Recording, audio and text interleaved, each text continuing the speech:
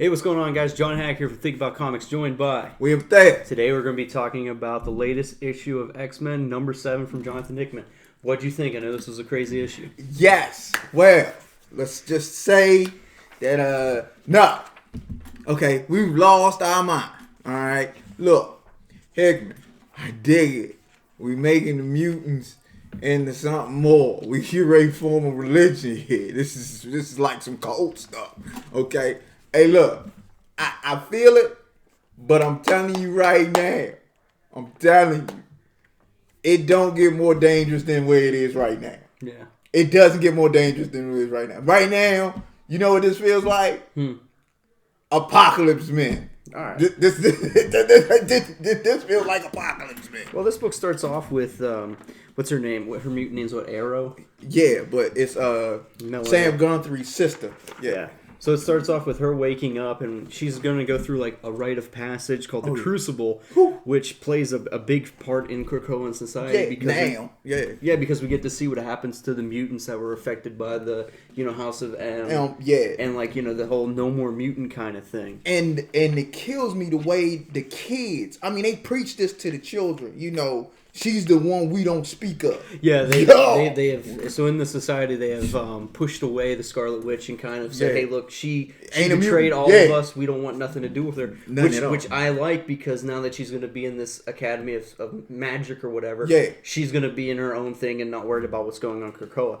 But we definitely see a lot of kind of how the society that they've kind of wanted to have is starting to fall apart. I mean, we see Wolverine and Cyclops having some dialogue where they're kind of the whole point of the story. They're trying to figure out what's right and what's wrong, and where do they fit in the new society. Because these were two alphas who always ran stuff, and now they've kind of the way I've seen the story, they've kind of taken a back seat to what this Crucible passage is. Well, I mean, but they had to, because I like the dialogue early, because they both been in charge of teams and schools and tried to go and forge their own way, and it was going horribly wrong. You know what I'm saying? So now being in the position that they in, you know what I'm saying, they can see why things have to be run by others. Yeah. You know what I'm saying? They can see why, hey, we had our shot and it went straight to crazy.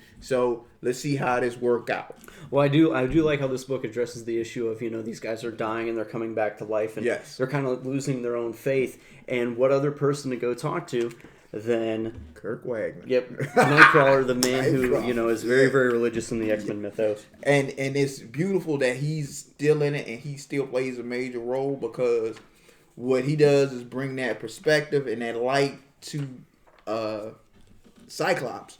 Because Cyclops is a thinker, you know what I'm saying? He's deep, he's always been that way, and I appreciate it, yo. I really appreciate it. Yeah, it's definitely a cool aspect, because I think that's something that has been taken away from these characters. It's just, hey, look, they're immortal, they can't die, and it adds more depth and more interest into what they can offer.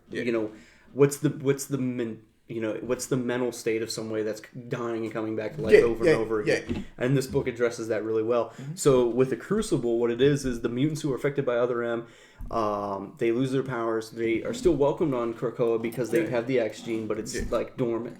And how they get their mutant powers back is they basically prove to the mutants on the island, and in this case, they fight Apocalypse to the death. To the death. With no powers.